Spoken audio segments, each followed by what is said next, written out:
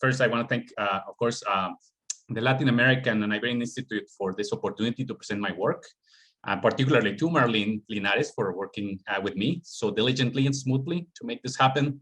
I also want to thank, of course, the audience from Albuquerque, from around the US and beyond, for joining us on a Friday afternoon. I mean, the weather is getting nicer, but also everybody's energies, I know, are, a little, they're precious and we need to preserve them. So I, again, double thank everyone for joining. Before I begin, I want to note that this is part of, again, my broader book project, which, among other things, examines these various ways in which Mexican anti-communists during the Cold War built movements, in the plural, that were both rooted in local history, but also from their origin closely connected to the trajectory of the Latin American and global Cold Wars. The presentation is an attempt to force me to think harder about the intersections of political and cultural history, and to highlight how the right-wingers that I study were themselves heavily invested in those links between politics and culture, and in links between the intimate, the private, and the public as key arenas of Cold War struggle. This is very much, again, a work in progress, and what I prepared for today is still somewhat bare bones, so please bear with me. And I would very much appreciate your questions, comments, suggestions. So let me get to it.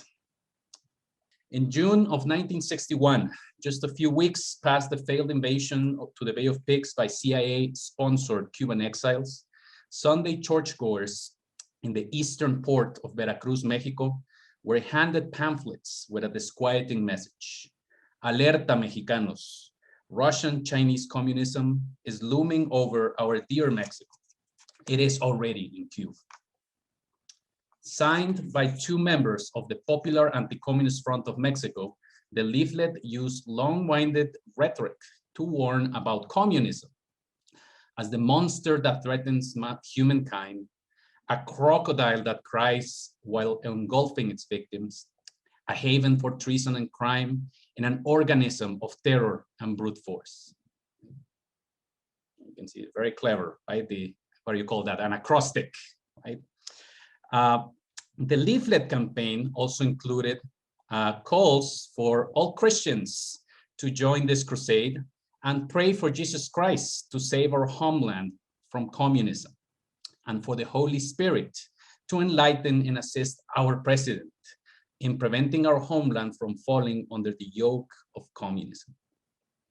Perceived as ominous signs of a communist takeover, the Cuban Revolution and the heightened hemispheric tensions caused by the Bay of Pigs prompted these responses by conservatives, not just in Veracruz, but also across Mexico. In the broader picture, this sense of crisis opened a window of opportunity for the Mexican right to address their historical grievances with the post-revolutionary state, and perhaps paradoxically to serve as a bridge between state and society to mobilize in defense of the nation, family, and religion, and articulate an endorsement of anti-communist repression, both from above and from below. The historiography of Cold War Mexico has put far more emphasis on leftist challenges to the decades-long dominance of the Institutional Revolutionary Party, the PRI. In my work, I propose a reading of the Mexican right as a constellation of dissident forces that both contested the post-revolutionary regime and strategically cultivated affinities with the latter's discourses and practices of repression, without abandoning the original confrontation.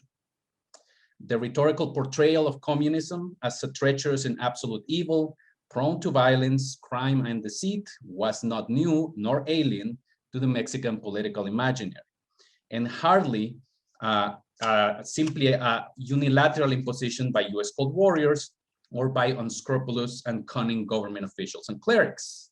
Rather, the crafting of Mexican anti-communism occurred in light of past histories of conflict around the role of religion in public life, disputes over national identity, social order, public and private morality, and the overall orientation of Mexico's modernization process. The 60s were a period of intense mobilization and radicalization, also for the right, with the church-led campaign, Cristianismo sí, Comunismo no, or as shown here, Mexico sí, Comunismo no, as one of many instances of such processes of conservative activation. It was a moment of opportunity, again, to revitalize a right-wing critique of post-revolutionary politics and point at the many ways in which Mexico was being destroyed from both from within and by the action of pernicious political and cultural forces from abroad. So in this talk, I want to venture into a question that I'm intent on exploring in my ongoing book project, one of many, right? That is how concerns about the threat of communism were coded in discourses about public morality, sex, family, youth, and the distortion, perversion, and alienation of popular culture due to foreign influence. Well, I'm not very fond of the term culture wars, since it usually remits us, or at least me, to the US context. I do want to take seriously the actual sources from the time period, what they have to say about global culture, especially mass or popular culture, as a key front line of the Cold War, equally significant and in fact co-constitutive of its more conventional geopolitical aspects. So I'm interested in two things. One, how anti-communists made sense of the non-conventional dimension of the Cold War by deploying their own theories of cultural subversion and revolutionary war, which provided legibility to the dark intents of revolutionary agents and devised methods to fight them. I want to understand how discourses of subversion and repression that intersected with those of the state shaped the shared anti-communist imaginary that circulated in national and transnational public spheres. Second, and key to this perspective of culture as a decisive frontline against communism, is the significance, again, of the cultural realm in shaping the intimate and everyday dimensions of Cold War conflicts. Together with the mobilization of religious sentiment, those discourses contributed to making the Cold War an intimate affair that took on very public expressions in national and transnational stages. And this is one where I want to take also to acknowledge the work, of some colleagues that have influenced what I'm doing. Ben Cowan's work on sex and security in national security in Brazil, Valeria Manzano's work on youth in Argentina, which is really, has been really helpful and important. Eric Zolof's work on Mexican counterculture and conservative reactions to it. The pioneering work of Mónica López Macedonio on Mexican anti-communists. The ongoing work of my colleague Citlali Jasso, who might be in the audience, I don't know. So a shout out to her, because she's probably the one of very few people in the world with whom I can actually nerd out about Mexican anti-communists. And also my colleagues in Argentina and Uruguay, Ernesto Bohoslavsky and Magdalena Broquetas, who also study very similar topics. So for the purposes of this talk, I'll attempt to shed light on some of these themes through an analysis of the Anti-Communist Federation of Western Mexico, the so-called Femacco, which I will try to center on its insistent warnings about the cultural and psychological dimensions of communist subversion, both in its public events and in its mouthpiece publication, the magazine Replica. Oh, went ahead there.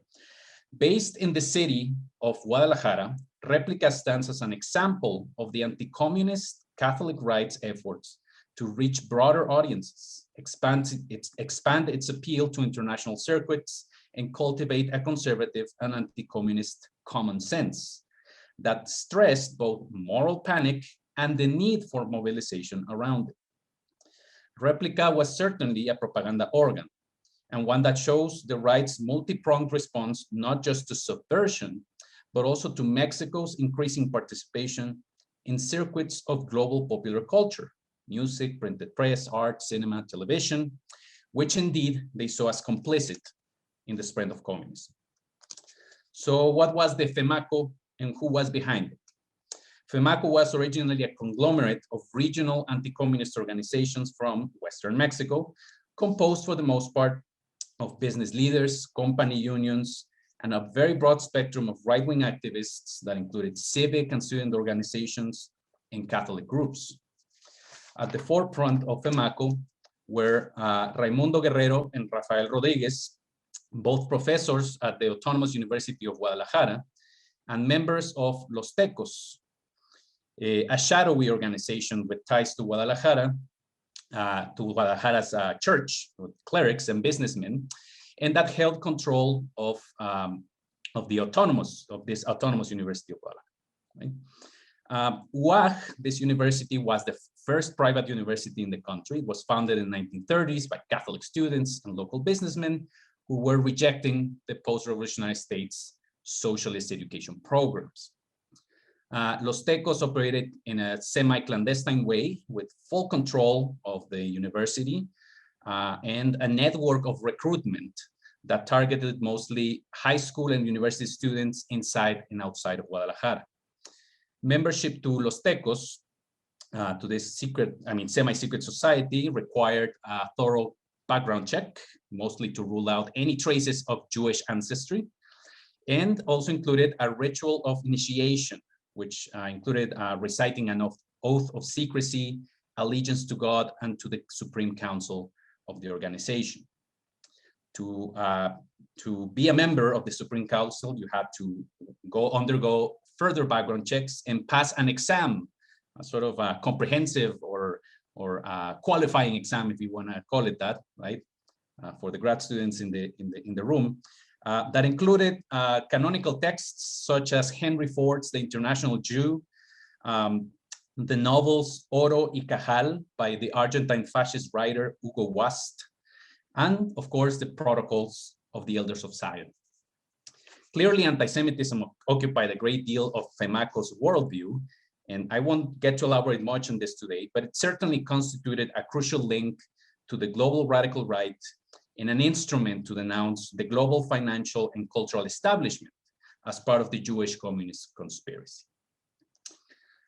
So Los Tecos, this group, founded Femacco in 1967 with, again, professors Raimundo Guerrero, there at the center, Rafael Rodriguez on your left, right at the helm of the organization.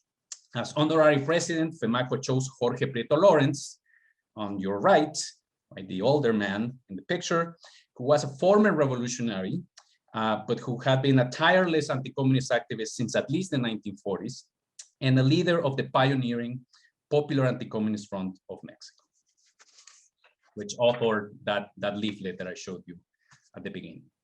So Femacco brought together at least two generations of anti-communist activism with a fairly diverse class and ideological background, right? They gathered for their first Congress at the Casino Español in Guadalajara in July of 1967. And there they proposed this platform, right, in defense of liberty, in universal values, the rights of man, family, and society, and also proposed that through collective action with other threatened peoples around the world, that they would combat the intrusion of communist imperialism, as they called it. During his intervention at the Congress, Professor Rafael Rodriguez, the guy on the left, stressed the ideological and psychological aspects of communist aggression, which lay in communism's immoral rejection of Christianity and its infiltration of the educational system, the media, and the arts.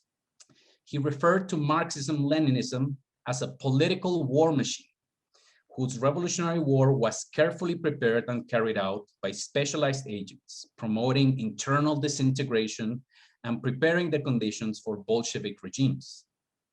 Communism, he said, seeks to break the psychic and moral resistance of free men through a massive propaganda apparatus, including books, newspapers, pamphlets, film, radio, television, and of course the actions of agitators. According to Rodriguez, young Mexicans were the preferred target of communist action, which was specially intent on seducing and controlling university students, but also young professionals and intellectuals, by drawing them to revere false idols like Pier Paolo Pasolini, Charles Chaplin, Jean-Paul Sartre, Pablo Picasso, and Martin Luther King. So we can already start seeing who the demons are, right, in their worldview. Another Femacco leader, Jose Chavez, also spoke of the presence of communism in the media and its goal of weakening the mind to destroy the physical strength of society. Chavez referred to this as a psychological war that targeted public opinion to make men desire what they would normally repudiate. Psychological subversive war, he alleged, sought to turn the population against their own government and the structures that support it: spiritual power, the army, and the family. Besides typical denunciations against non-leftist intellectuals and artists like Elena Poniatowska, Carlos Monsiváis, and David Alfaro Siqueiros, to name a tiny fraction of their very long list, Chavez also noted the key role played by the entertainment industry in aiding to, and I quote here, numb and drug the conscience and the will of the people, and in manipulating images and sounds that deliver la doctrina maldita, the cursed doctrine, with a subtle whisper and by stealth. The communist takeover would then happen without the need for bombs or bayonets, he said.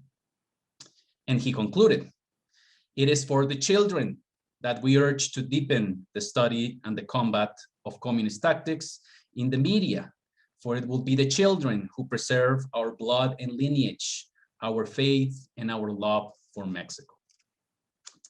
So to wage this combat, Femacco relied on alliances across various sectors.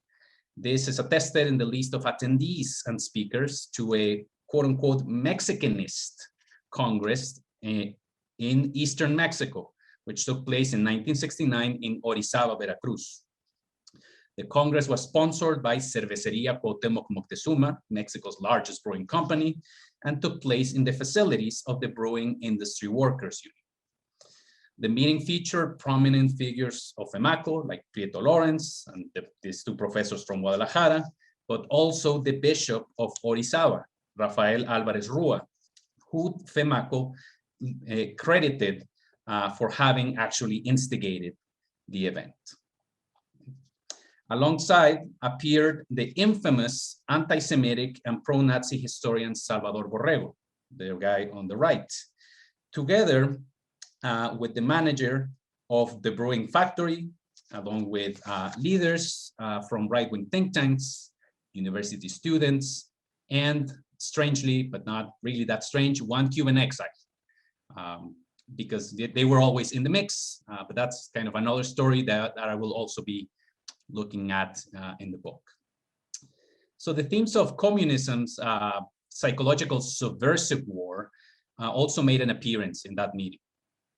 In his speech titled Social Dissolution, a diabolical invention of Marcusianism, right? Very exotic title, Femacco President Oscar Dena spoke about communist infiltration in the church, but also about the pernicious effects of the triad of ideologues that sought to corrupt the youth: Freud, Marx, and Marcuse, the so-called philosophers of destruction. According to Oscar Dena, the crypto-communists inside the church had focused their attacks on the core Christian ideals of virginity and celibacy, which they intended to substitute with erotism and sexual perversions, under the pretext that they are inspired by love. Similarly, music and cinema had become vehicles of communist propaganda, evident in the proliferation of cineclubs that screen blasphemous and pornographic material, such as the films by Luis Buñuel. Right? Great films, by the way. These were, according to Dena, just some examples of how communism targeted both adults and the youth, though he conceded that the latter were far more susceptible given their inexperience and their tendency toward the forbidden, particularly in the sexual realm. Like many men and women of his generation, Dena was concerned about what he called the crisis of youth, which could lead to young people's complete rejection of transcendent moral values and a propensity to anarchy and terrorism. The evidence that he provided for this was not an account of, say, political protest or radical revolutionary violence. Instead, he spoke about the music festivals at the Isle of Wight in England, of course, the music festival at Woodstock, and another music festival in New Orleans, which took place during the summer of 1969. Dana stressed the mixture of nudity, rock music, and drug consumption that ran rampant in these events. And for all of that, he blamed the movie industry, including the communist Roman Polanski, for its promotion of violence, sex trafficking, drug addiction, homosexuality, and of course, Marxism. This was, in his view, a sexocentric revolution, and those are his terms, that had already shown its violent effects during the student movements in the US, Western Europe, Mexico, and other parts of Latin America. While supported by powerful entrepreneurial and clerical sectors, Femacco lacked the means, at least up to that point, to wage an effective symmetrical response to this psychological sexocentric revolution.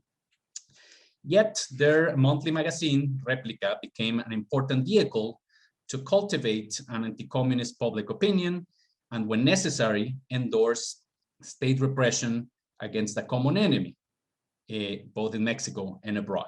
And here we have a couple of images where Replica applauds the repression conducted by the Mexican army on October 2nd of 1968 at Tlatelolco Square, right? Saying, long live the Mexican army, the people of Mexico have defeated communism, right? And also, of course, later in the 70s, this guy would become, right, their sort of poster child of a victorious anti-communist warrior, right? Replica also served to establish contacts with other anti-communist and Catholic publications and information services across the globe, in Western Europe, East Asia, and the Americas.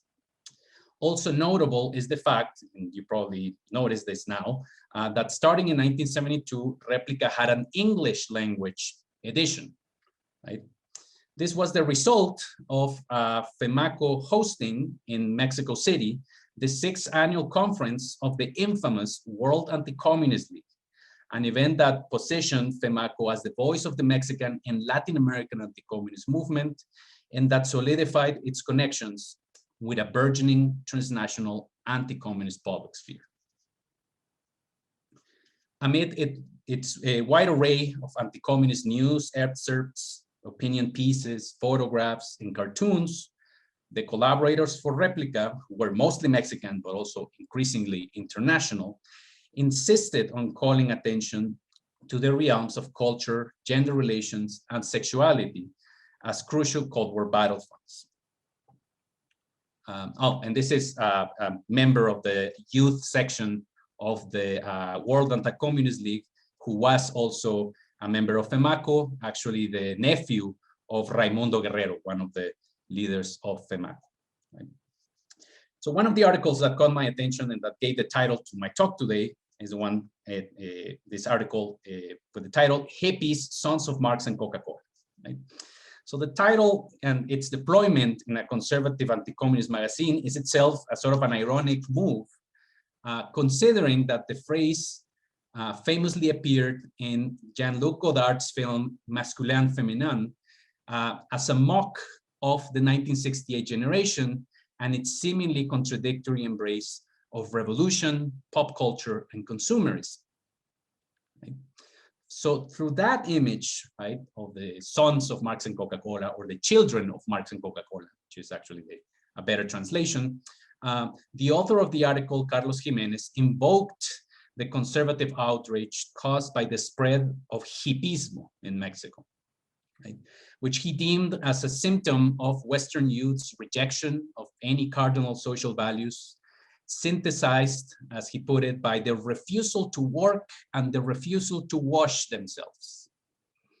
For Jimenez, the unrest in Berlin and Paris was explicable to the type of agitation promoted by the hippies, That is not an agitation based on class struggle, right? Since the hippies, in fact, looked down to the proletariat, but one based on demands for sexual liberty and the use of the pill, mixed with the idolization of Mao, Marx, and I quote here, that illustrious madman with prophetic pretensions, Herbert Marcuse.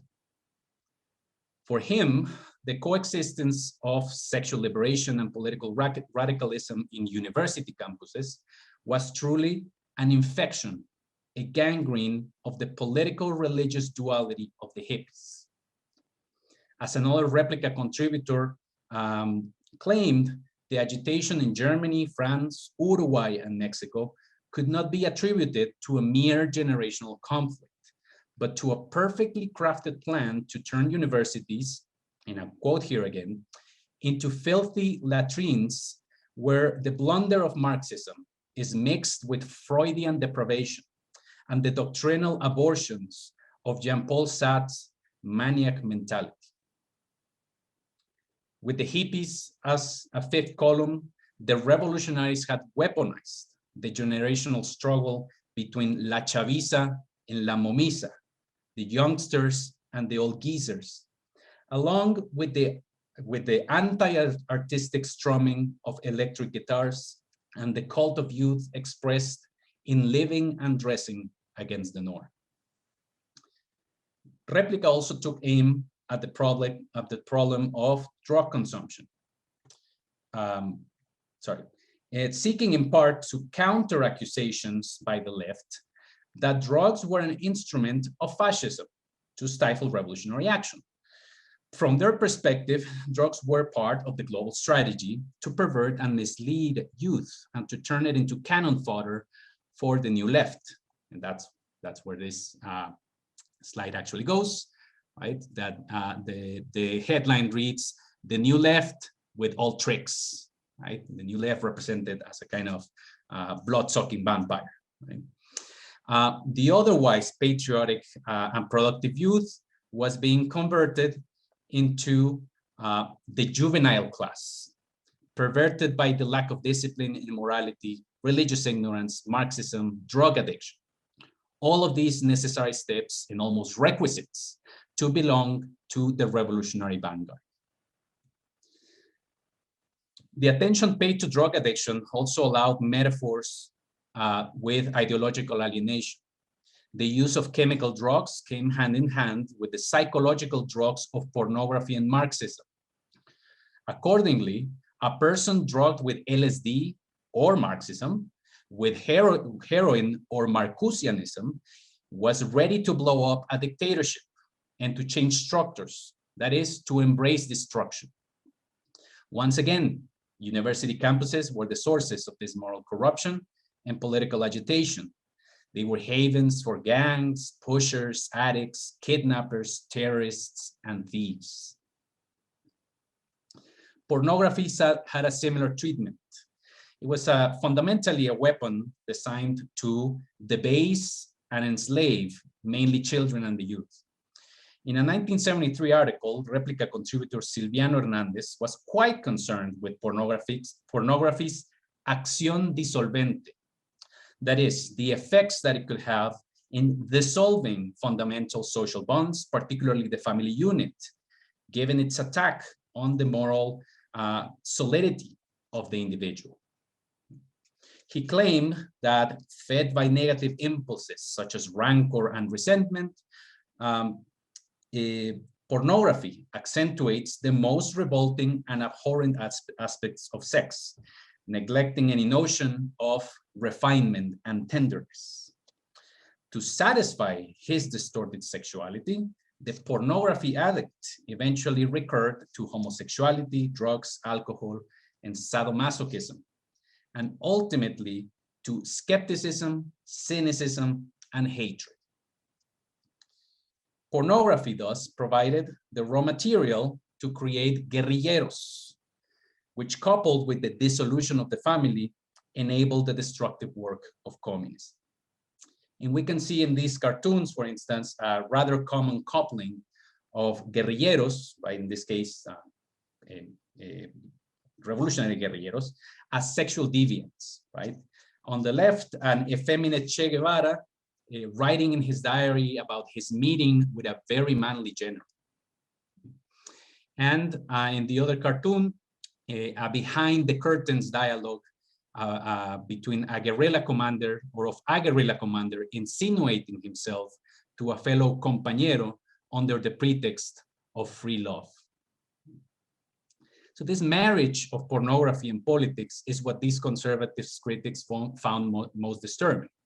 Also because it provided evidence of the complicity between a Jewish-dominated cultural industry connected to global circuits of production and consumption in an equally globalized effort to subvert and enslave their free world.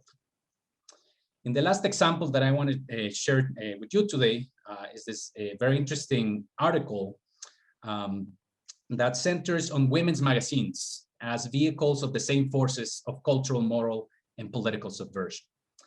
This article, titled "Women's Magazines or Manuals of Perversion," the author engages in a close reading of Cosmopolitan magazine, which in 1973 had just begun printing in Spanish and appearing in Mexican newsstands. The article begins, and I'll quote in extenso here. If a mother or father knew that their daughters were mixed up with that company, they would use their authority or good counsel to get them away from those whose company could prove harmful to them. What to do if someone tries to destroy the education received at home, an education which is based on morals, in order to turn their daughters into something similar to prostitutes. The bad company in this case is, of course, that of Cosmopolitan magazine. There is an appeal to parental authority, to quote unquote good education, which in Mexico we associate less with formal education and more with notions of middle-class propriety. Also, there's an appeal to the danger of dissolution, in this case, the dissolution of the family, and to the very primal patriarchal fear of a daughter becoming subjugated to other men's sexual appetites. Our conservative critic is careful and thorough, presents selected quotes, stressing certain hints that show how Cosmopolitan undermines traditional ideas of marriage. For instance, with this quote, there are many women whose temperament makes them more apt for a life filled with intense and varied affairs than for one definite romance. The author notes that in the magazine's outrageous view, it is better for a single young girl to live alone, even without roommates. And even if she has roots in some place, it is suggested that she should sever those roots quickly and look for exotic places where there is a more favorable percentage of males. And our critic notes, the words exotic and favorable seem to have a vague and insidious meaning. He also quotes Frank Calderon, the director of Cosmopolitan, who in defending the magazine was saying, that his magazine was for women who are capable of talking about any subject without phony blushes, to which our critic responds. The phony blushes he's referring to are the convictions that make a woman decent and pure. So we ask ourselves, on becoming a woman without roots, living away from family protections, thrown into sexual liberties, will she find happiness, or will she be submitted to the manipulation of unscrupulous males who live off women? This is called prostitution. Altogether, the licentiousness and debauchery that our critics saw in Cosmopolitan had indeed an ulterior motive related to that link between subversion, youth, and alienation, in this case, female alienation from the home. With the pretext of talking about freedom, he noted, Cosmopolitan was also promoting the pill, abortion, and premarital relations. They also accused Cosmopolitan of promoting a distorted and monstrous form of femininity, represented here by lesbianism. Another magazine, Vanidades, was also culprit, as its coverage of political events hinted at the subtle work of psychological war that was denounced by other Replica writers and activists. Our critic complains, for instance, that the radical painter David Alfaro Siqueiros, imprisoned for the crime of social dissolution, was portrayed by Vanidades simply as a victim of repression, with the implication, of course, that he was in fact a dangerous and violent communist agitator. Other examples were an article by US journalist and Pulitzer Prize winner Francis Fitzgerald, who openly defended Mao, Marx, and the Viet Cong, according to Replica. Anne-Marie Renger, president of the German Bundestag and a collaborator of, quote unquote, the Marxist Willy Brandt, appeared in Vanidades as a fighter for women's rights, which again, they saw, the collaborators of Replica saw as outrageous.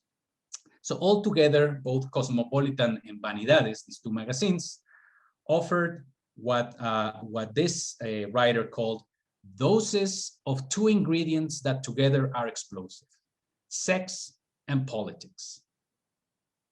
Appealing once again to parental anxieties, the article concluded, "Do you know, dear lady, what your daughters read?" To conclude, the cultural wars waged by Femacco and their allies represent a small fraction of a much broader response of Mexican society to the increasingly unsettling feeling that the country's stakes in the Cold War were rising. Femacco was indeed a small organization whose members belonged pretty uniformly to an urban and even upper middle class that found itself increasingly forced to take positions vis-a-vis the forces of modernization and rapid social change. Through its regional congresses and publications, such as Replica, this very active sector of the Mexican anti-communist movement becomes a showcase for the moral panic and cultural anxiety that these sectors underwent, as political and cultural revolutions seem to overwhelm and destroy a cherished and fragile social order. But rather than acting with resignation in the face of such transformations, these anti-communists not only created alliances across various sectors of Mexican society with their own explosive combination of politics, money, and religion, but also cultivated bonds with fellow travelers abroad. Replica is but one example of how publications stand as textual and material embodiments of these transnational bonds, which consisted of concrete exchanges of information and imagery, and also allowed readers to acquire a form of political literacy that contributed to the articulation of a shared anti-communist common sense. While often overshadowed with the more strictly political pieces in the magazine, Replica's analysis of youth, gender, family, sexuality reveal how discourses of social dissolution and revolutionary war, which we tend to restrict only to state actors, permeated these anti-communist policy spheres, and how intersectional the reactionary thinking of these activists could be. I didn't talk much about Femacco's successful and impactful ventures into the global anti-communist movement, but as I have tried to suggest here, the culture wars they waged in Mexico were fundamentally shaped by a global outlook and an understanding that their own struggle was connected to those of others around the world. Today's culture wars in Mexico, here are two examples, in Mexico and beyond Mexico, are quite distinct in many ways. But there are some continuities that are evident. The prominent role that gender ideology plays in right-wing anxieties about cultural subversion, and also the embrace of increasingly deranged QAnon-style conspiracy theories about Jewish communist pedophile rings calling the shots for a new world order, are quite persuasive evidence that the Cold War's culture wars are perhaps the most salient and enduring legacy of the period. So thank you very much. That's what I have for you, and I look forward to comments and suggestions and questions.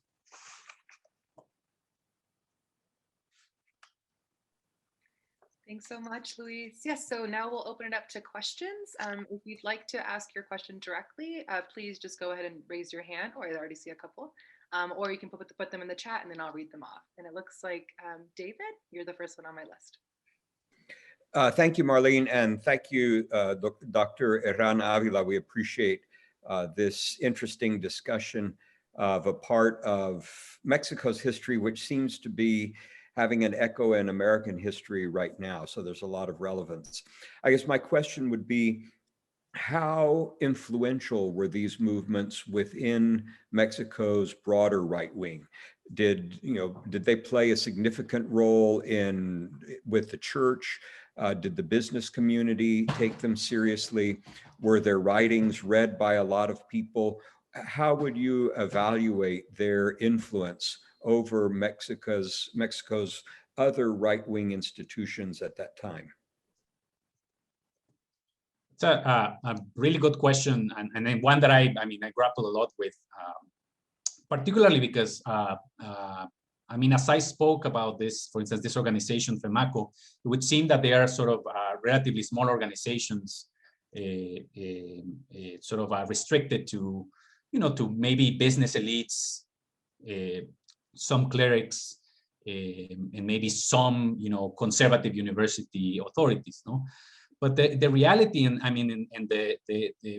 the reason why I'm studying this is because I started with kind of the smaller groups, but one starts to kind of unveil the networks and the amount of people that were involved in kind of the broader, what I want to call the broader anti-communist constellation in Mexico, and we find that they are that they have allies carrying out very similar tasks all throughout the country, right?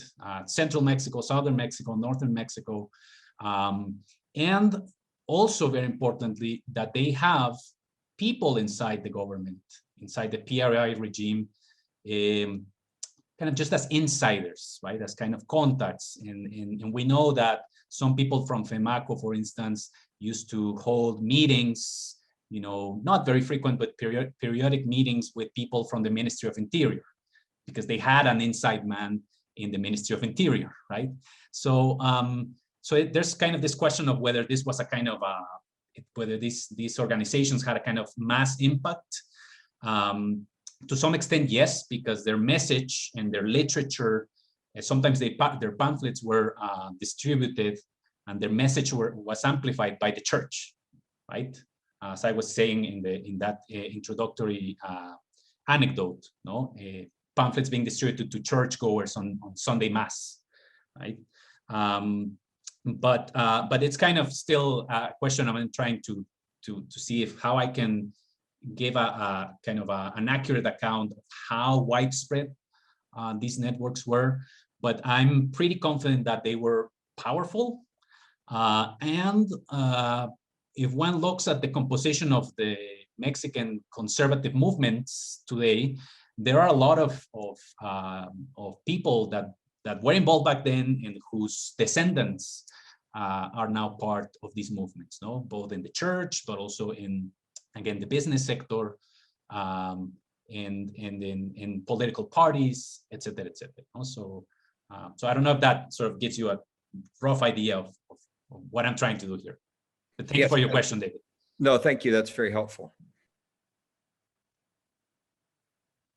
Okay, we got a question, a couple in the chat. The first one's from Ethan. He says, I found your presentation very interesting. It called to mind the accusations from the 1920s and 30s that socialist education included sexual abuse of children. Do the Cold War right-wingers that you follow reference these previous moral panics or associate them with the PRI state? You persuasively show how they situated themselves in a global right-wing reaction of the 1960s, but I'm curious about how placed themselves in Mexican history. Right. No, that's to me is actually a very fascinating question, and I mean the beauty about this magazine Replica is that it actually provides some answers to this, because they do have other articles that refer, let's say, to the history of Femacco as basically being the heirs to the Cristero movement, right? In the end, Guadalajara and the state of Jalisco was an epicenter of the religious conflict of the late 1920s. And there is a lot of that, let's say, in their own narrative about the history of Femacco, right? They tie themselves to the fight against socialist education, to the Cristero War. And there is, I mean, there's a remarkable continuity, we can say, of these types of moral panics. What's interesting here is that the Cold War sort of provides a different, not just a different context, but also a different language, I think, to make sense or to articulate, what the moral panic is about, right? It is still about, sure, the children and the youth, right? And things like sexual abuse or just rampant sexuality, right? But the context of the Cold War and the context of, the sexual revolution, feminism, and all of these things, drugs, I mean, all of this really kind of adds fuel to the fire, And there is certainly, again, to kind of address that question of the 1920s and 30s, they see themselves as the continuators of those fights, right, of the time. And in many cases, the sons and daughters of former Cristero leaders are part of the networks in which Femacco is participating. So there is, it's not just an imagined continuity; it's very much material and personal and even familial. So thank you for that question.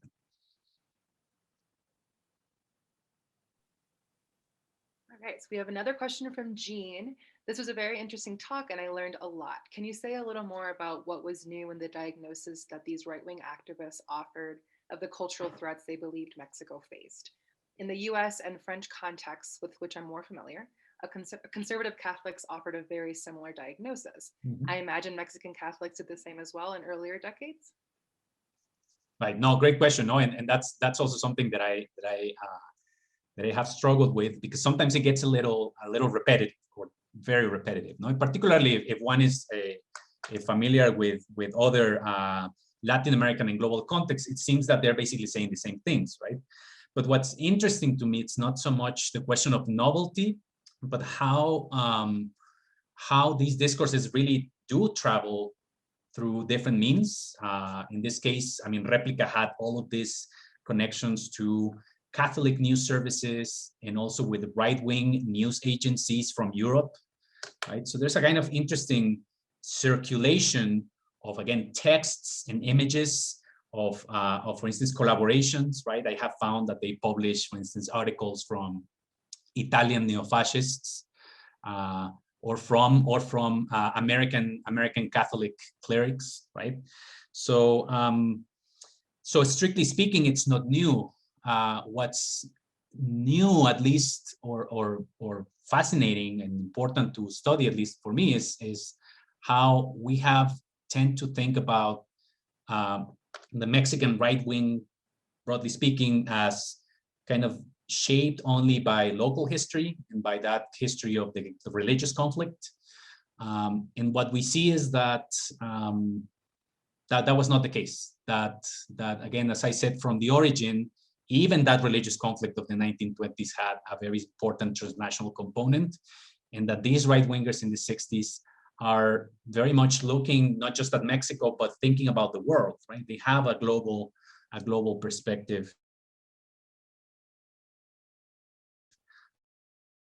For the world, what it meant for Latin America, but ultimately also what it meant for Mexican families, right? Which is I think what really matters. So hopefully that answers your question, and thank you for the question. It's an important one.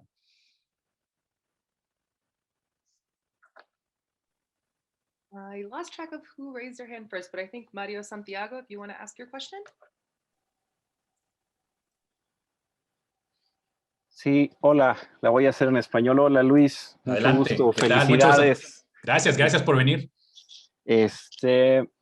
Me quedé pensando en la primera pregunta y creo que hay un elemento que es muy importante para pensar en los tecos y en cómo se integran a la Femacco.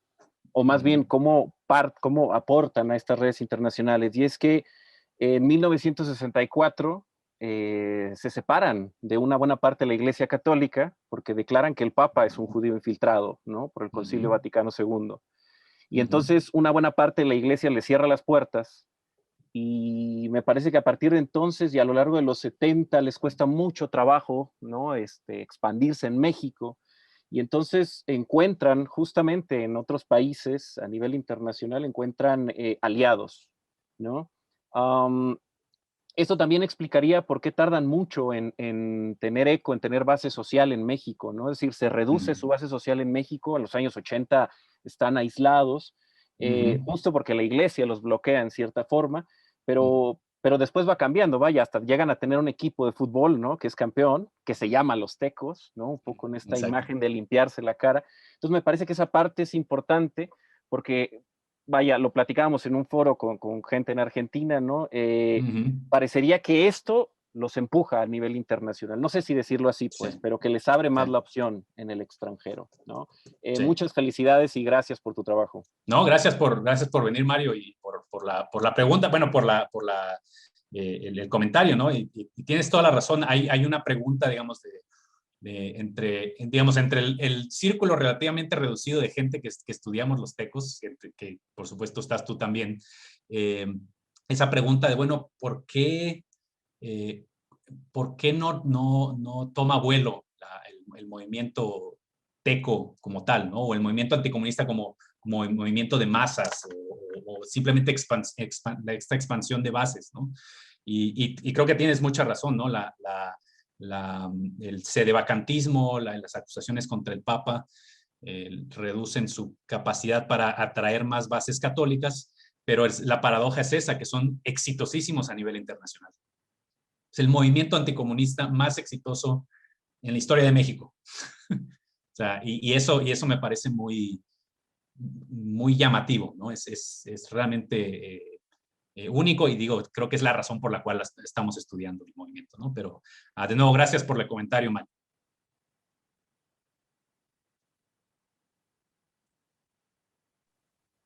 Okay, I think the next one is Carter. Carter, do you want to read your question, or would you like me to read it? Hi, Marlene. Thank you. I'm happy to read it if I can find it. Hold on one second. Oh, Luis, thank you very much for this. I'm reading and paraphrasing. Thank you for this fascinating presentation, and I especially appreciate your mention of David Siqueiros, whose own complicated history illustrates the complexity of the era. And I was wondering, might Mexico's political right have been better served by embracing him, the presumptive assassin of Trotsky, than denouncing him? My real question is there any evidence that Femacco received any tangible support and or funding from organizations with similar cultural war objectives of the 1960s, such as the CIA or even Franco's Spain? Thank you. Oh, thank you for the questions, Carter, and of course for being here today. I mean, yes, Siqueiros is he's kind of a complicated figure, not to say basically a madman, right? I mean, he did try to assassinate Trotsky, and you would think that the right would appreciate that, no? But by this time, in the 1960s, I mean, Siqueiros was put in prison because, I mean, in this kind of ironic, no, that he was put in prison because he was protesting against the fact that there were political prisoners, right? After the railroad workers' strike of 1958, 1959. So he was still seen as a communist agitator by the right. No, there was no way to redeem him. And he appears over and over and over in the magazine, together with people like Lázaro Cárdenas, also with some left-wing journalists, right? There's like they have a very specific list of people that they like to really hammer on, no?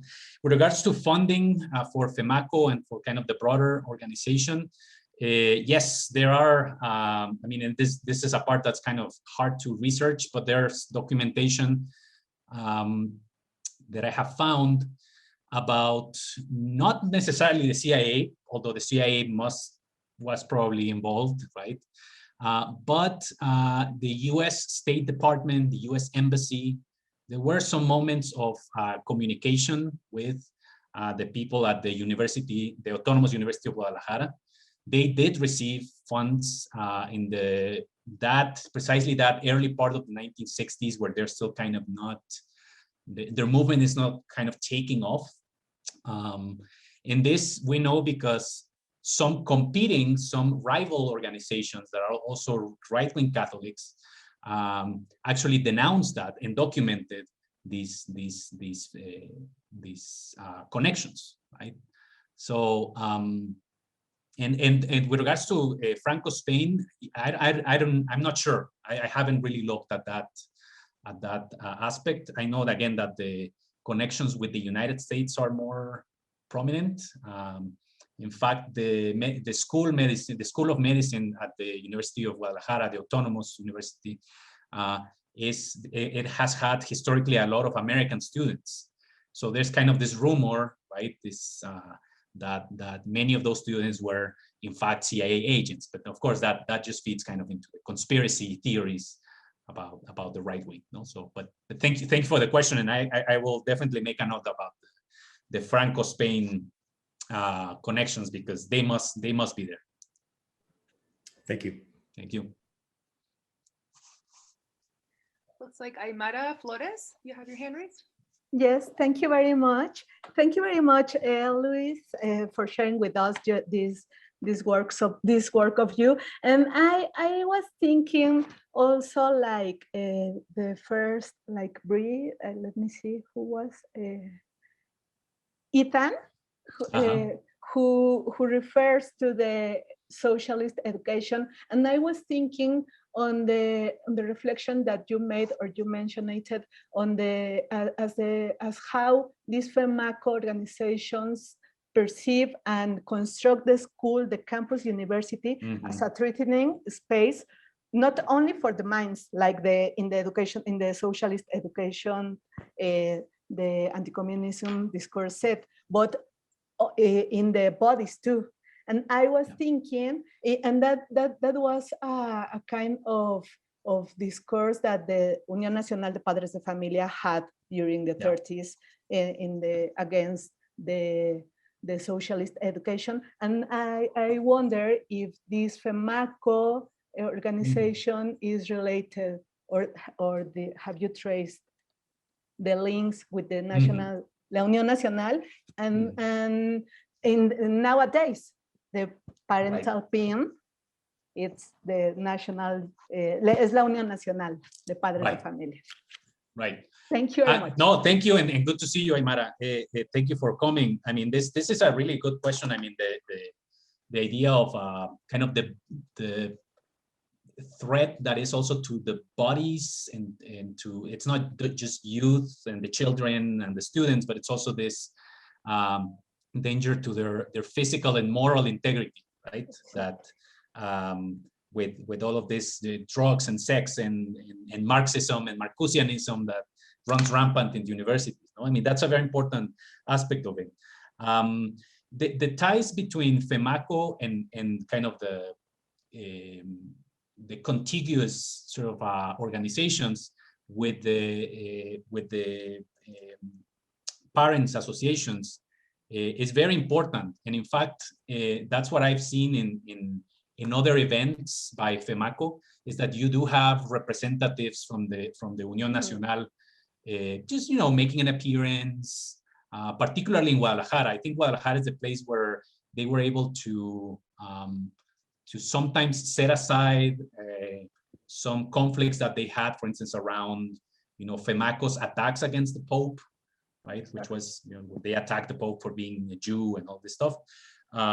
So they were willing to set those things aside to really kind of work at the grassroots level and try to particularly work with university students, no, and with Catholic organizations. So you're absolutely right. The Unión Nacional, to this day, I mean, it's a very important organization, and it certainly, I mean, it has outlived other organizations, and it goes back to the 1930s, right? So it's this, it's interesting that a lot of the fellow travelers of the Femacco have, again, also this very long history that give it some legitimacy and some kind of traction, right?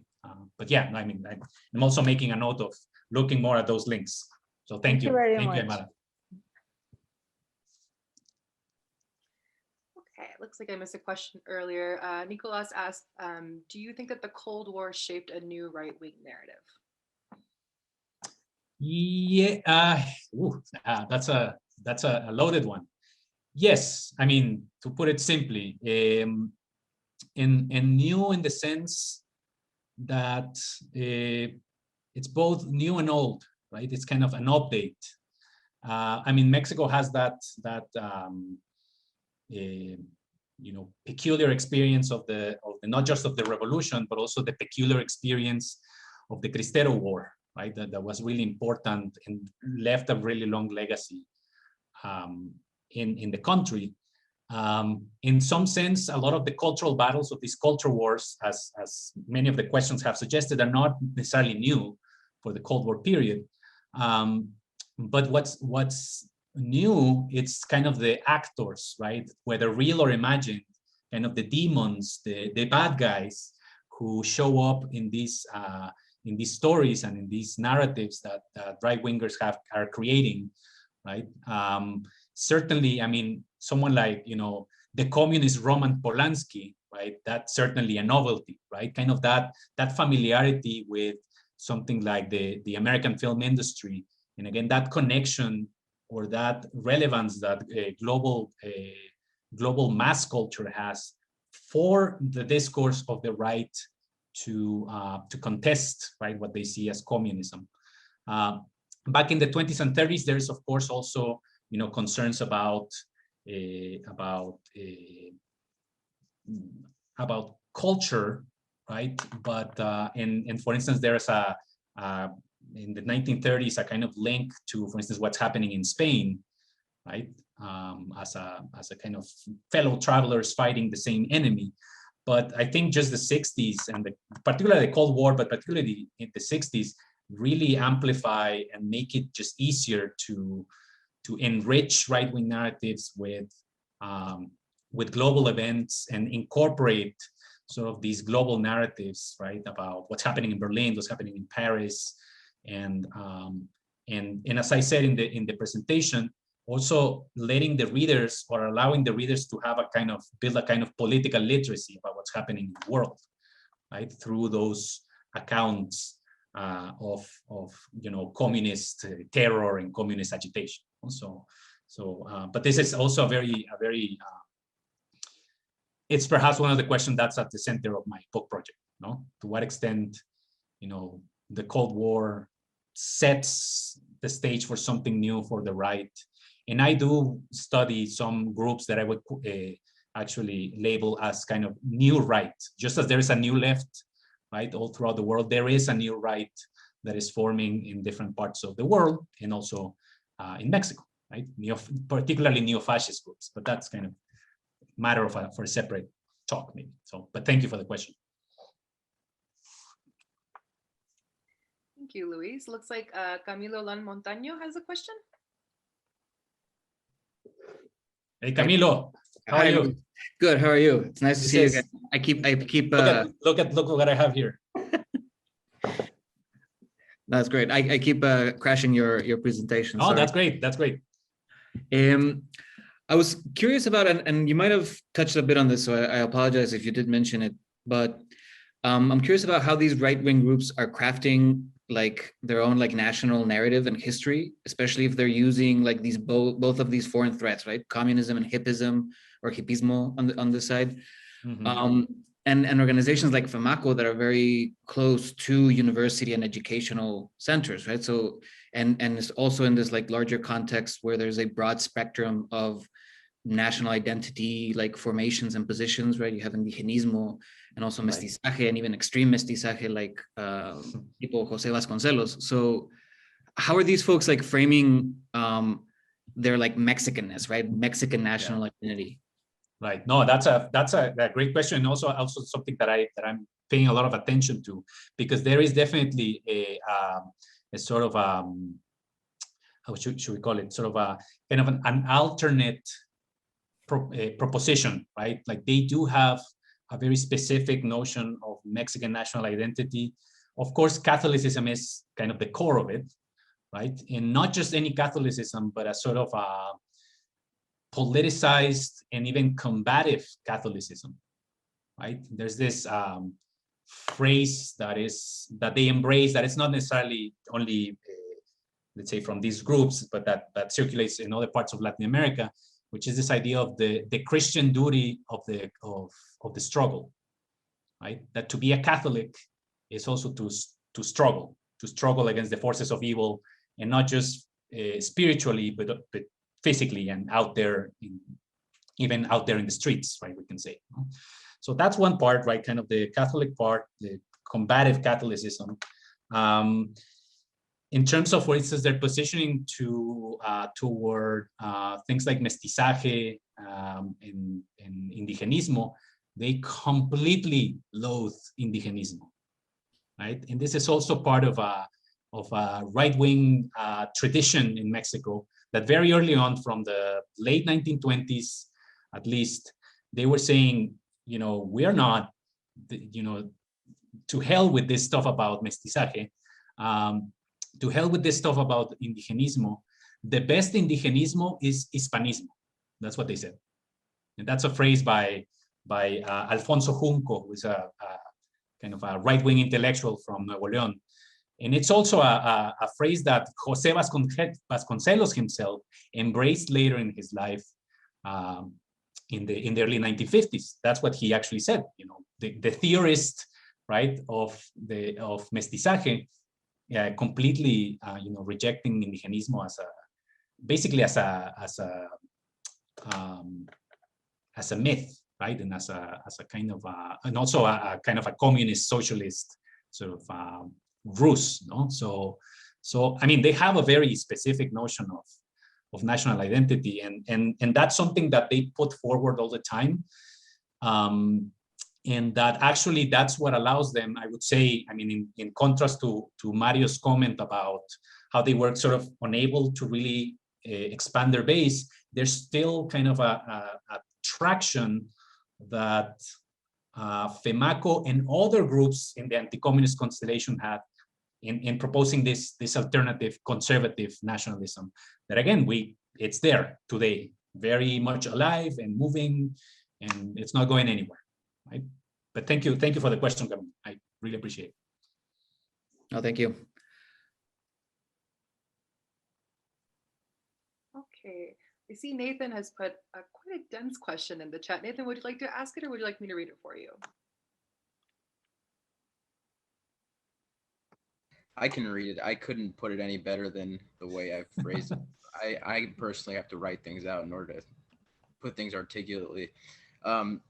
So notwithstanding the recent push to shake free from 68 Mexico City as a central reference point, I can't help but connect some of these ideas to the public reaction to the student movement. Mm-hmm. Many of these ideas that you've walked us through overlap quite a bit with the work of political cartoonists in relatively mainstream papers like Excelsior and El Universal during the movement, and not only in the idea of a communist conspiracy behind the movement.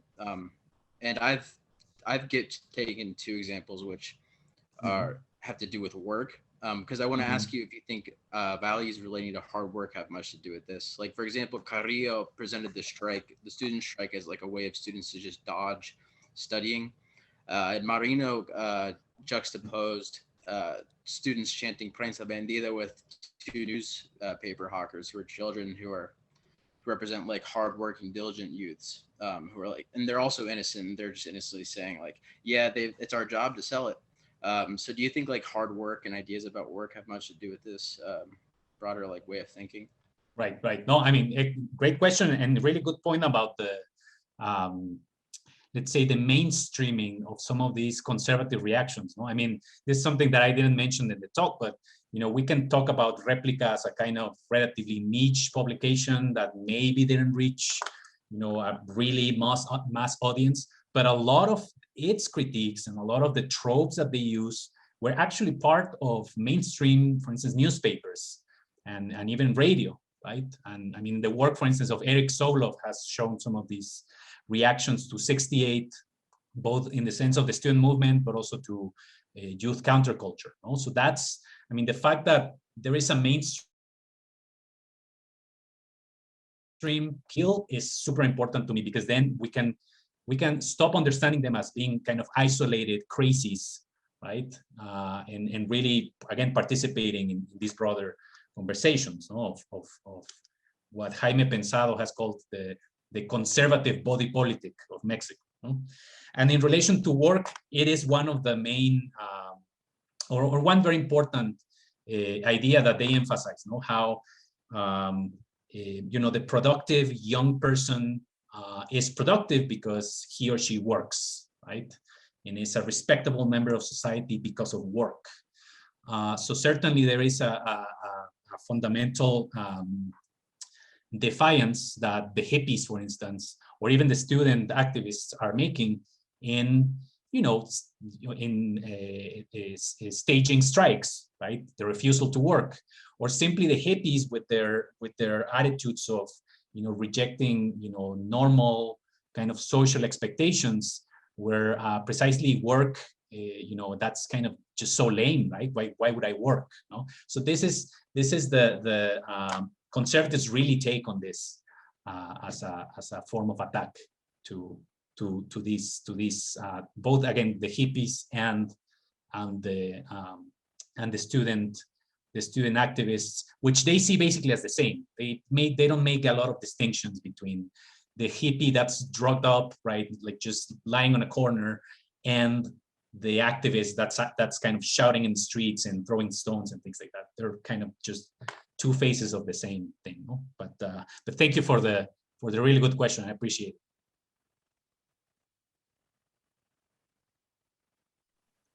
Okay, we have time for a couple more. So I saw Megan, you raised your hand. Yes. My question is, so you were talking about how these like far right groups were kind of celebrating and supporting the government with their response to the '68 student movement. And I know that the Mexican government was really working hard at that time to kind of, I mean, they're trying to control this like communist outbreak or whatever. But the whole idea of the PRI is on this kind of socialist revolution. So they weren't trying to suppress it so much as like absorb it. So what is their relationship with these guys on the far right? I mean, are they also trying to absorb and pull part of that into the PRI, or are they just kind of ignoring them, or like what's going on there? Yeah, no, that's a fundamental question, right? Because in a lot of Mexican historiography of this period, we tend to collapse kind of, the right with the PRI. Like that's the right, no? Because the PRI is repressive, and sort of the president is kind of the face of the right, no? But as I suggest, there are, let's say, strategic alliances and affinities, right, between the far right's sort of desire and impulse for repression and what the government is doing.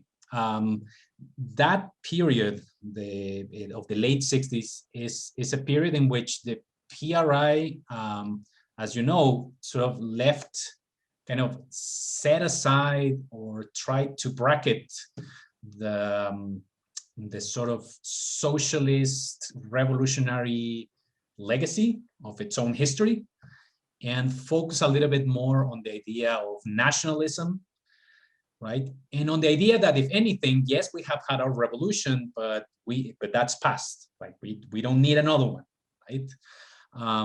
And actually, Replica does mention this a lot in their articles. They actually defend the revolution, right? And what they say, there's actually a couple of articles that say the revolution was nationalist, not communist, right? And it's this response to the left of the 1960s trying to revive the revolution and appropriate it for leftist purposes, right? There is, though, a complicated relationship because the government is still spying heavily on the far right, and they do consider them a threat in a potentially dangerous sector, right? So, including using words like fascism, right? So it's a very complicated relationship, and it will change dramatically into the 70s when the far right actually does come into a hard confrontation with the government of Luis Echeverría, right? Because he ostensibly wanted to present himself as a leftist. No? So, but it's a very, as they say on Facebook, it's complicated, right? Relationship status, complicated. But thank you, Megan, for the question. Right, it looks like Alfredo has a question regarding Catholicism and Protestantism. Yeah, ¿cómo está, profesor? ¿Qué tal, Alfredo? So definitely in the early period, you know, the 20s, 30s, you know, there was this, you know, I guess the right-wing movement is very Catholic in character. And there was this sort of view that the Protestants are, you know, the other. And in the US, there was something similar in the same time period. But then fast forward a few decades, and there's a rapprochement here in the US between right-wing Protestants and right-wing Catholics. We see that with the new Supreme Court justice. And actually, the Supreme Court is very Catholic, right-wing. Has there been a rapprochement, a similar one, between the right-wing, which has typically had a Catholic character, and right-wing Protestants in Mexico? That's I think a fascinating question. And it's something that I confess, I mean, the Protestant side of the story, I haven't really looked at, but I am aware, let's say, of for instance, the more recent history, which is, you know, the growth of Protestantism in general in the country. And although their relationship, they still have a strange relationship with the Catholic Church. There's not necessarily a lot of interfaith dialogue, right? Let's call it that. But in terms of, let's say, social mobilization, kind of positioning themselves vis-a-vis things like, you know, stuff like gender ideology or this idea of cultural subversion and all of that stuff. I mean, the most Protestant groups that I read about are fully on board with this, you know, with the idea that this is sort of basically again, a culture war, right? And they are siding with the traditionalist sectors of the church. Weirdly enough or not, there is a sector of Protestantism that is heavily invested in supporting the current administration in Mexico, right? The Morena administration. Although Morena, right, wants to present itself as a kind of leftist party, right, with kind of popular basis of support. So there's a lot of kind of, you know, Morena kind of trying to replicate the big tent of the PRI and allowing the evangelicals particularly to come in, no? So, I mean, again, in the 1960s, I'm just not aware of the presence of, or a strong presence of Protestant groups in these culture wars. Although I'm sure they were, but not visibly, at least in what I've seen.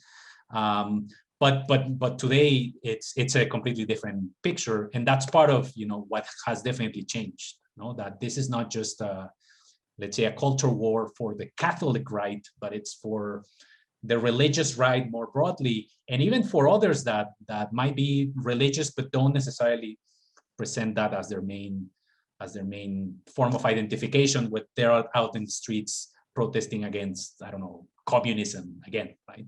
But a very important question, Alfredo. Thank you for bringing that up.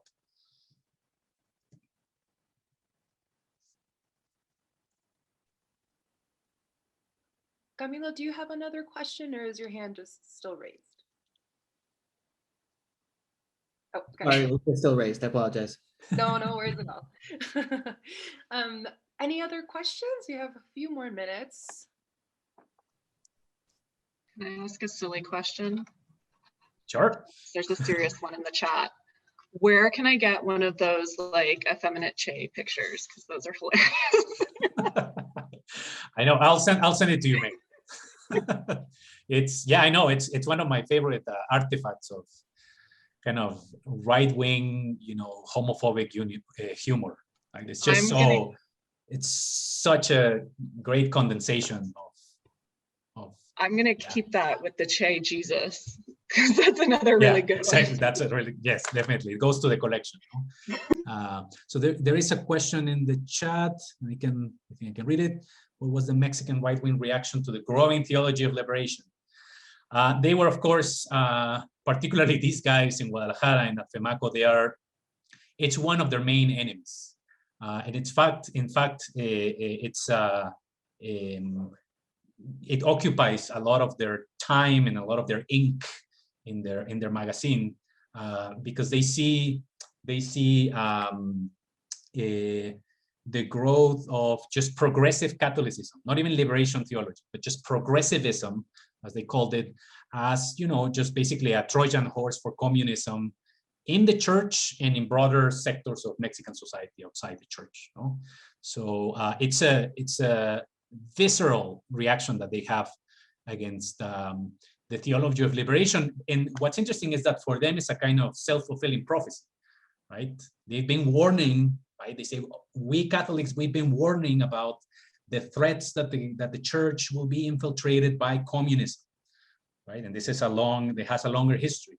And then when liberation theology emerges, they say, see, we told you it was going to happen. So, and this is really, you know, a very important fight that we have to wage. And it's also part of, we can say, the broader cultural wars of the time, no? But it's super important. And I didn't talk too much about it here because I wanted to concentrate on these other aspects. But it's probably the other half of Replica is about the progressive Catholics. So thank you for the question. Appreciate it. I think Romina had raised her hand. Hola, ¿qué tal? Hola, Romina. Can you guys hear me? Thank you. Thank you for taking my question, and congratulations, Luis or Dr. Herrán, for a wonderful presentation. My question is very general, but it made me curious about when we were talking about the origins of Femacco and the academic sort of institutional support behind it. If you could talk a little bit more about the degree to which this culture war was kind of unfolded through in academic circles. Was there like an academic beef going on between institutions like with UDG, UNAM, or even universities that were also emerging in Monterrey? This question about like the Marcusianism, you know, as a corruption of morality is just struck me as really interesting, because at that time I know Marcusa was everywhere. Even Leopoldo was sort of inviting him, but they didn't attack, for example, people like Leopoldo, but they did Marcusa. And I'm wondering like why he was the particular object of this sort of academic iteration of these corrupting cultural problems. Thank you so much. Y felicidades nuevamente. No, gracias. And thank you again, Romina, for being here and for the question. It's an important one, how universities became kind of trenches of these Cold War battles, particularly, you know, education/culture. No? I mean, yes, there is a confrontation in Guadalajara itself between the Autonomous University of Los Tecos, right, the Catholic conservative university, and the public university, the University of Guadalajara, no? Which was seen as basically just as a nest of communists and of PRI corruption. No? The PRI corruption part was probably true. But there's also confrontations with ITESO, which is a Jesuit institution also in Guadalajara, right, who were seen as basically the sellouts, no, because they were Jesuits at that time were fairly progressive for the most part, right? And in other universities in Mexico, in Puebla, we also see confrontations between the different universities. In Monterrey, as you say, there's also, I mean, all of these disputes, even within the Tec de Monterrey, there are, you know, left and right-wing groups. I mean, this issue with Marcusianism and the sort of obsession, I mean, it clearly has a kind of a, you know, if you have read Marcuse or know who Marcuse is, you have to be kind of familiar, right, with these these figures, no? The idea was that Marcuse, I mean, wrote basically to, or at least in their view, no, to destroy authority, to destroy any notion of authority. So that was kind of, you know, what underpinned any notion of social order, right? And of course, they hated also anything that had to do with the Frankfurt School, right, with critical theory. And Marcuse, I mean, he became a sort of academic celebrity at the time, as you're saying, no, he was everywhere. Leopoldo Sea, I mean, they actually do write sometimes or mention Leopoldo Sea as, of course, an accomplice of communism, which is kind of course, ridiculous, no? But the centrality of universities and the attention they pay to universities is quite striking. And to me, it's fascinating, as I imagine it was for you, to hear how Marcuse is basically, you know, the latest sort of I don't know, horseman of apocalypse or something like that, no? I mean, you have Marx and Freud and Lenin and all these figures, but you also have Marcuse, no, who is alive and who is carrying out the mission of these folks, no? So again, that's more or less what I can say about that. But yes, I mean, the university part is something that it's difficult to research because they are in so many universities, right-wing groups, even neo-fascist student groups, not just in Mexico City or Guadalajara or Monterrey, but in many other parts. So it's kind of hard to keep track, but definitely an important question. Also, thank you, Romina, for bringing that up. Appreciate it. Okay, looks like Nathan has his hand raised, so we'll have that one be the last question for the afternoon. Mm-hmm. Yeah, I was just wondering how class factors into all of this, and like whether I'm sorry if this was mentioned before, but like I'm wondering if these activists, like, did they forge cross-class alliances, or was this kind of thinking more isolated to like a more specific limited sector of people, and like, or maybe were there like tensions arising from class within the right? Right. No, that's a really good question, no? Because we would think that the right doesn't want to even mention the question of class, because that would amount to recognizing, right, the relevance of class as a category, right, and that would be Marxist, right? But they did have a kind of in some of their documents, in Femacco not so much, but other movements that were collaborating with them, they had this notion that it was important to incorporate the working class, to have alliances with, for instance, these company unions, right? Like for instance, the brewing company that had its loyal, right, union that could be relatively easily brought into the anti-communist movement, right? The Monterrey business sector also was very effective in bringing in some of the unions into basically supporting these anti-communist agendas, no? And basically building on ideas of Catholic national identity, on ideas of work, right, of hard work, that here in Monterrey we work hard, we're not communists, right? So there is definitely an attempt to forge cross-class alliances, right? And this should serve, I think, to rethink how we think about the right, because there were, of course, elites, and there were businessmen and the bishops and all these people with money, but there are also people, you know, at the street level, in the neighborhoods, particularly in Catholic organizations, that had a working class identity and that are fully on board with these anti-communist campaigns, no? So, you know, I think we better study that as well, so if we want to understand the period better, no? So thank you, that's a super important question, really appreciate it.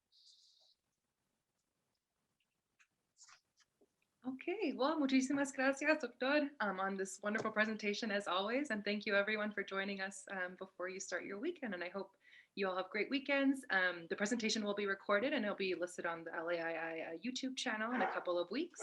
And if you are interested in any other future LAII events, they're all listed on our website at laii.unm.edu. Thanks again, everyone. Great. Thank you, everyone. And thank you, Marlene.